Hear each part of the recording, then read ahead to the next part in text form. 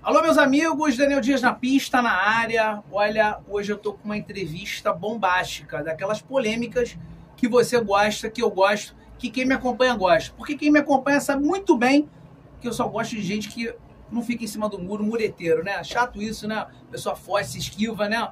Aquela pessoa que responde mesmo, sem dó, doa quem doer. Esse é Alexandre Freitas. Olha, Alexandre Freitas, ele foi deputado estadual recentemente aqui no estado do Rio de Janeiro e ele acabou não se reelegendo, infelizmente, né? Mas, com certeza, virá nas próximas eleições, vai vir forte, que nós vamos estar apoiando, vamos estar ajudando aí, fortalecendo. Agora, advogado, empreendedor, e vai falar um pouquinho hoje, aliás, vai falar um pocão hoje, valeu? Vai falar bastante e vai falar perguntas que são polêmicas e não vai fugir das mesmas. Mas antes de falarmos com ele, momento da oração. Porque ele vive, posso crer no amanhã, porque ele vive e temor não há. Em nome do Pai, do Filho e do Espírito Santo. Amém. Editor, roda a vinheta.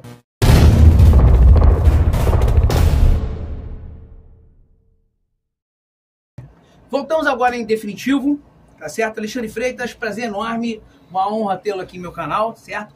Como eu sempre repito, humilde hoje, amanhã gigante, porque todo grande foi pequeno um dia, tá certo? E você que está me acompanhando vai ver esse crescimento. Alexandre, faça as primeiras considerações aí, se apresente para o público do canal Daniel Dias e fala um pouquinho de você aí. Bom, Daniel, antes de mais nada, obrigado aí pelo convite, né? A gente que opta por entrar na vida pública tem por obrigação, até mesmo de ofício, estar sempre disponível para tirar dúvidas, para bater um papo, para participar do debate público, que há muitos anos vem sendo dominado pela esquerda. E, obviamente, que a direita vem crescendo aqui no Brasil, mas ainda tem muito que caminhar, tem muito que aprender e vai amadurecer ao longo dos anos, com a certeza de que a gente tem, principalmente mais pobre, né? O mais pobre é de direita, a gente sabe disso, mas infelizmente o debate público vem sendo dominado por uma elite, uma pseudo-elite intelectual que vem ditando os rumos do país. E a gente está na vida pública justamente para tentar quebrar essa lógica e colocar o Brasil num caminho melhor do que aquele que a gente vem vendo, vem assistindo, que está indo para o buraco, infelizmente. A esquerda é aquilo, né? Ou tá junto para comer a fatia do bolo, ou tá em prol aos seus próprios interesses, não é verdade? Como, por exemplo, muitas vezes um funcionário público que morre de medo de uma reforma administrativa, né? Aí eu falo sempre, eu bato sempre nessa tecla, que se a pessoa trabalha corretamente, por que morrer de medo de uma reforma administrativa? Porque o CLT é demitido se não fizer bem o trabalho, eu sou prestador de serviço, se eu não fizer bem o trabalho, não me chamam mais, evidentemente. E por que esse medo, né? Eu fiz uma matéria no fórum, que eu tenho no meu canal, e chamei 50 servidores públicos, 8 só se prestaram aí para falar comigo, mas falaram, eu vou de peito aberto falar porque eu não devo nada, eu trabalho corretamente. Bacana, né? Podia ser o contrário, né? De 50 que eu chamasse, ter ido a maioria e não a minoria, né? Mas o pessoal fica meio com medo. Mas vamos lá. Vamos falar de duas coisas que você, Alexandre Freitas, brigou e brigou bastante no seu mandato. Você brigou muito por segurança pública, é uma delas, tá certo? Então a gente vai falar de segurança pública para começarmos aqui, tá? O Hugo, que é um novo integrante aí da família Daniel Dias, né, da equipe Daniel Dias, está aqui hoje, inclusive, no estúdio conosco, né, auxiliando e gravando também junto com o Fábio Rios, né? O Hugo, ele fez uma pergunta para você, posso chamar de você, né, tranquilo, é a mesma faixa etária, 41 anos de idade, 45, mesma faixa etária, né? E ele falou o que tu acha da pena de morte, se tu é a favor. Aí ele citou até um exemplo da Elise Matsunaga, né, que matou, esquartejou. Isso é um entre tantos aí absurdos que a gente vê, né? Poderíamos falar de von Richthofen, poderíamos falar do casal Nardoni, poderíamos falar do cara que entrou no cinema atirando, enfim. Mas Elise Matsunaga matou, esquartejou o marido Marcos Matsunaga sem direito à defesa do mesmo, né? O cara não teve direito nenhum à defesa. Mas chega na hora da pena, ela tem o direito à defesa, direitos humanos, isso tudo aquilo que a gente já conhece aqui no Brasil, de qual é salteado. O que o senhor pensa a respeito do olho por olho, de ter uma pena de morte, ou do jeito que está, tá bom? Qual seria o teu pensamento em relação à pena de morte, em relação a esses tipos de crimes com barbárie, né? uma coisa interessante foi que o meu primeiro discurso lá na Alerj foi para dizer que eu não ia chamar ninguém de excelência ao longo do meu mandato, e assim eu fiz. Todos os meus ofícios, meus discursos, eu nunca chamei deputado, governador, seja lá quem for, de excelência. Chamava de senhor, senhora, ou de deputado ou deputada, porque também tinha muito orgulho do cargo que eu ocupava.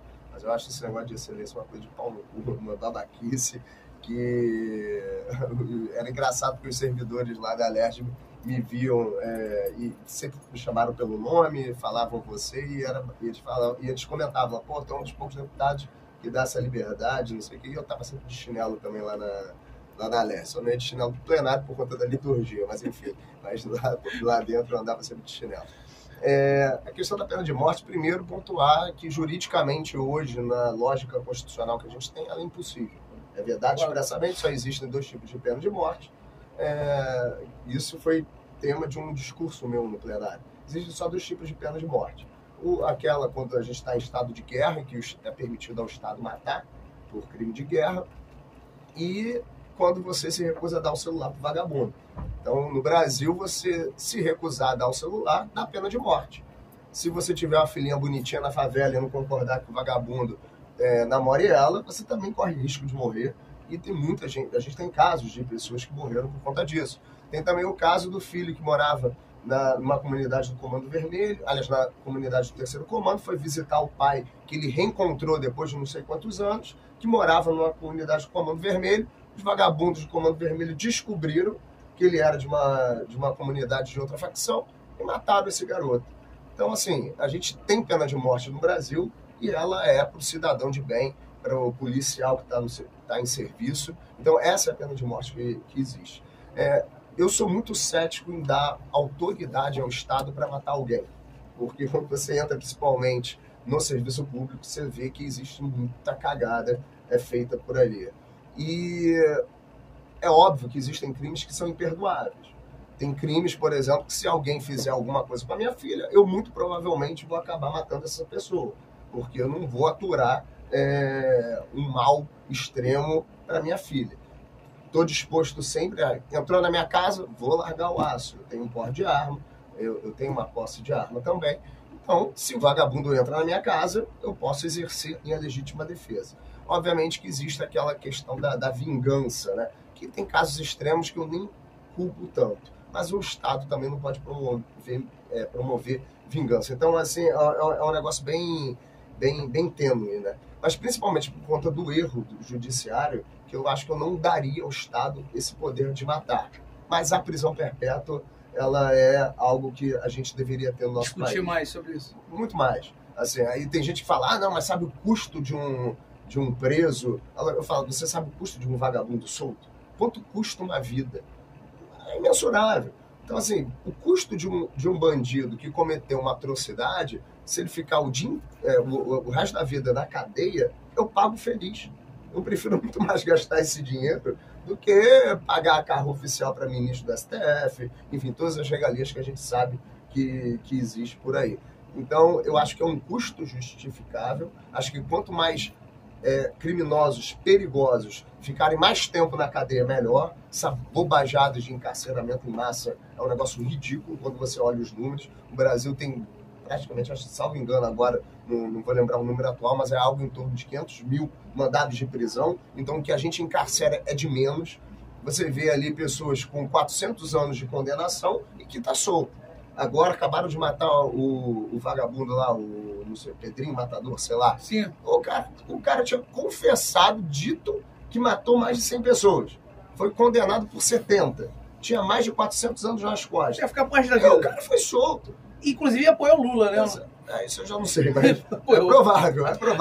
Mas assim, aí você vê um Estado brasileiro que não protege as verdadeiras vítimas. Então a gente precisa discutir o sistema penal, a lógica carcerária do Brasil e manter preso quem é perigoso para a sociedade. Então esse debate da pena de morte, o meu posicionamento eu não daria esse poder ao Estado porque eu não confio no Estado, não confio na maioria dos agentes públicos. Apesar de depois que eu entrei no serviço público, e até mesmo antes, sei que existem servidores públicos abnegados, dedicados, que querem fazer a diferença, mas a gente sabe também que para cada servidor público trabalhador e vocacionado, e tem 2 vagabundos que não fazem porra nenhuma. Exatamente. Então, eu não daria esse poder a um agente público. Muito bem falado, muito bem respondido, também concordo com o que ele falou, porque quando a gente dá o poder para um homem é muito perigoso mesmo, né?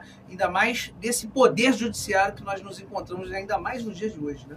Aliás, eu acho que sempre, né, no Brasil, porque quando a gente vê uma Lava-Jato, a gente acaba achando que o sonho está começando, as pessoas de bem começam a sonhar positivamente falando, né? E aí o doce é tirado da nossa boca, né, quando tiram o Bolsonaro. Alô, meu amigo, alô, minha amiga, você tem moto? Então preste atenção no recado que eu quero te dar. Eu quero falar da Celebridade Motopeças e Borracharia, a melhor do Rio de Janeiro, e fica na região central do Rio, na rua Aristides Lobo, 219, no Rio Comprido. Olha, aberto de segunda a sábado, das 8 às 18, e o único que abre aos domingos, das 9 horas da manhã às 14 horas. Celebridade Motopeças e Borracharia do meu amigo Carlos. O telefone dele para contato 21 979 38 63 16, 21 979 38 63 16. Celebridade Motopeças e Borracharia. Cara, a gente não precisa ir muito longe, tá? Mas só uma perguntinha rapidinho. Tu sabe que a Elise Matsunaga tá dirigindo. Tu pegaria o Uber com ela? Sei lá. E você aí, meu irmão, deixa o comentário. Tu pegaria o Uber com a Elise ou boicotaria ela? Deixa o comentário aí, deixa o like, hein? Cancela. Mas tu ia falar? Tu ia falar agora? Não sei, cara. Sinceramente isso. Mas tu ia emendar uma situação aí, eu acho que eu botei. Não, então. A gente viu na pandemia como que o Estado pode ser autoritário, como que ele pode abusar do mínimo de autoridade que ele tem. A gente olha também na questão da liberdade de expressão. Você vê ali pessoas... Pô, Daniel Silveira, cara. Assim, é um caso completamente absurdo. O cara é preso político e hoje está preso por um inquérito que já foi arquivado e tá lá na cadeia, tá em Bangu 8. Não, e agora, emendando o que tu tá falando, né? O induto presidencial, fiz essa matéria de frente ao fórum, inclusive falei de Daniel Silveira. Induto presidencial, meus amigos, ele é um direito de qualquer presidente. Mesmo que seja um induto onde o presidente esteja totalmente equivocado. No Lula, ele dá para Cesare Battisti, um terrorista, assassino. Aí, no governo Temer, ele dá um dos chefes do PCC, André do Rep. No governo Bolsonaro, o cara dá um induto para Daniel Silveira, meu amigo. Daniel Silveira, PM, que não tem nada que o desabone em sua ficha criminal. Pô, a gente tá onde, o Alexandre Freitas? Que país é esse mesmo, né? Como diria o poeta. E uma condenação de 7 anos, praticamente. E, cara, você para ser condenado no STF há 7 anos, aliás, nem quem faz muita bobagem é condenado a esse tamanho de pena.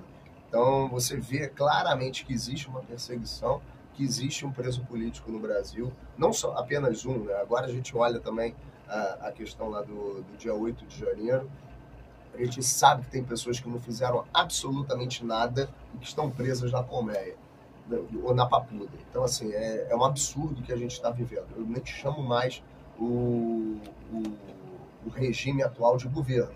Eu falo, é um regime. A gente vive um estado de exceção em que agentes públicos estão abusando dos seus limites, estão ultrapassando os seus limites constitucionais. E eu olho para o futuro ali com bastante reticência.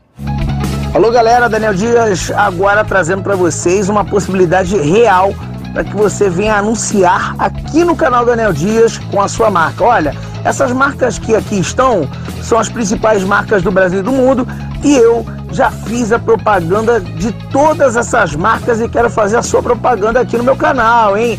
O meu telefone é 21 968 19 9581, 21 968 19 9581. Entre em contato conosco, fale conosco e anuncie aqui no canal.